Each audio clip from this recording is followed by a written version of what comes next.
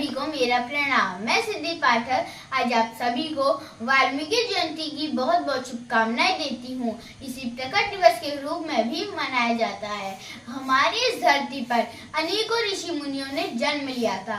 उनमें से एक है महर्षि वाल्मीकि जी, जिन्होंने रामायण जैसे महाकाव्य की रचना की थी। उनके जीवन में अनेकों घटनाएं घटी थी। उनमें से एक घटना ने उनके पूरे जीवन को बदल दिया। वो एक डाकू से महान ऋषि बन गए। तो आइए उस घटना को सुनते हैं। महर्षि वाल्मीकि जी का वास्तविक नाम रत्नाकर था। वे प्रचेता के पुत्र थे। रत्नाकर जब छोटे थे तो उन्हें एक भील परिवार ने चुरा लिया था, जिससे उन्हें भील परंपरा को अपनाना पड़ा। रत्नाकर जब बड़ा हुआ तब अपने परिवार का भरण पोषण करने के लिए एक डाकू बन गया और जंगल में आने जाने वाले सभी राहगीरों को लूटकर अपने परिवार का भरण पोषण करता था। तब रत्नाकर एक दिन जंगल में छुपकर राहगीर को लूटने के इंतजार में था। तभी वहां नारद मुनि आते हैं, जो तीनों लोगों के भ्रमण के लिए निकले होते हैं। तब रत्नाकर नारद मुनि को लूटने के उद्देश्य से पकड़ लेता है। तब नारद मुनि कहते हैं, तुम यह गलत काम क्यों कर रहे हो? तब रत्नाकर कहता है, यह मेरे आय का स्रोत है, इससे मैं अपने परिवार का भरण पोषण करता हूँ। तब नारद मुनि कहते हैं, जिस परिवार के लिए तुम यह घोर पाप कर रहे हो, क्या वह परिवार पाप का फल भोगने में तुम्हारे साथ रहेगा? तब रत्नाकर बड़े विश्वास से कहता है, हाँ क्यों नहीं, मेरा परिवार मेरे हर कामों में मेरे साथ देता है, तो पाप का फल भोगने में मेरे साथ क्यों नहीं देगा? तब नारद मुनि मुस्कुराते हैं और कहते हैं, एक बार ये सारी बातें अपने परिवार वालों से पूछो कि वे पाप का फल भोगने में तुम्हारे साथ रहेंगे। तब रत्नाकर अपने घर जाता है और अपने परिवार वालों से पूछता है कि वे पाप का फल भोगने में मेरा साथ देंगे। तब उसके परिवार वाले बोलते हैं, हम तुम्हारा साथ क्यों दें, गलत तो तुम कर रहे हो।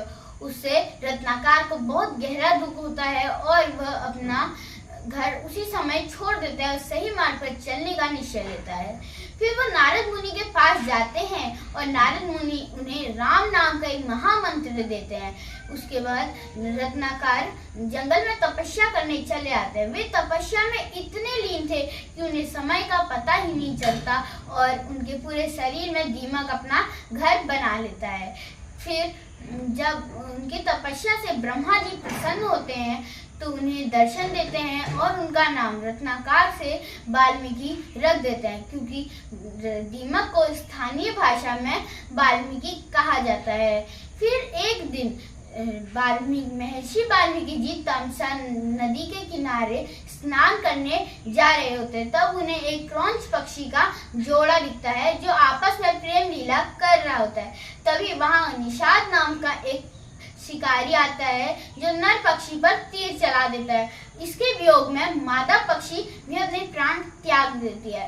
तब महर्षि वाल्मीकि जी वहां आते हैं और शिकारी निषाद को श्राप देते हैं कि तूने बिना मतलब किए इस पक्षी को मारा है, तू अपने जीवन के अंत तक कभी सुखी नहीं रहेगा। और उनके मुख से एक श्लोक निकलता है, जो विश्व का प्रथम श्लोक है। वो कुछ इस प्रकार है, मानिषाद प्रतिष्ठा तव गमः शाश्वतीः समाः यत् क्रौञ्चमितु नादेकम् अवधिकाममोहितम्। धन्यवाद।